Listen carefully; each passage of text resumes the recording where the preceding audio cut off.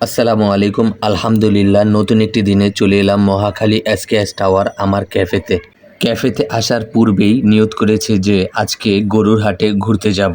সময় স্বল্পতার কারণে ভিডিওটি করার অনেক পরে আমি ভিডিওটি যথাসময়ে আপলোড করতে পারিনি। যাই হোক, আজকে সকালের শিফটে আমি আর আমার বন্ধু সাইফ মিলে কফি বানানো এবং বিভিন্ন ফুড তৈরি করে সার্ভ করছিলাম এবং আমরা আমাদের কাজে প্রচুর ব্যস্ত ছিলাম। তো আপনারা এখন যেটাকে দেখতে পাচ্ছেন এটার নাম হচ্ছে তিরামিসু, যা প্রচণ্ড মজার।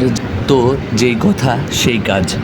ফাইনালি সারাদিন কাজ শেষে সন্ধ্যায় ক্যাফে থেকে বের হলাম আর চলে এলাম আমার এলাকার আশেপাশে আমুলিয়া মডেল টাউন হাটে এবং এসে দেখি একটি পাগলা গরু অনেক লাফালাফি করছে। গরুদের এরকম পাগলামি যদি হাটে না দেখি তাহলে কি হয়। আর এখানে একটি গরু মারা গেছে, যা দেখে খুবই খারাপ লাগলো। গরুটি প্রায় অনেক বড় ছিল। গরুর ব্যাপারী মূলত অনেক মন খারাপ করেছিল এবং সে কথা বলছিল না, সে চুপচাপ ছিল।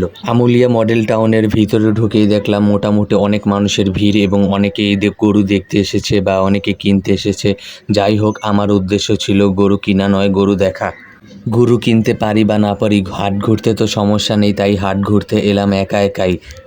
সময় স্বল্পতার কারণে সবাই সবার কর্মে ব্যস্ত। যাই হোক, আলহামদুলিল্লাহ মোটামুটি ভালো গরু দেখা হলো। এখন এই গরুটাকে আমার সামনে এই দাম কষাকষি করে নিয়ে গেল এই আঙ্কেল। যাই হোক, এই দাম কষাকষি দেখতে আমার খুবই ভালো লাগে। আমার সামনেই মূলত এই গরুটার দর কষাকষি করছিল। পরে আমি দেখতে পেলাম, হাট ঘোরা শেষে বাসা যাওয়ার উদ্দেশ্যে দেখতে পেলাম সেই মরা গরুটাকে আমুলিয়া মডেল টাউনের কর্তৃপক্ষ এবং ব্যাপারী নিয়ে যাচ্ছে একটি আলাদা জোনে।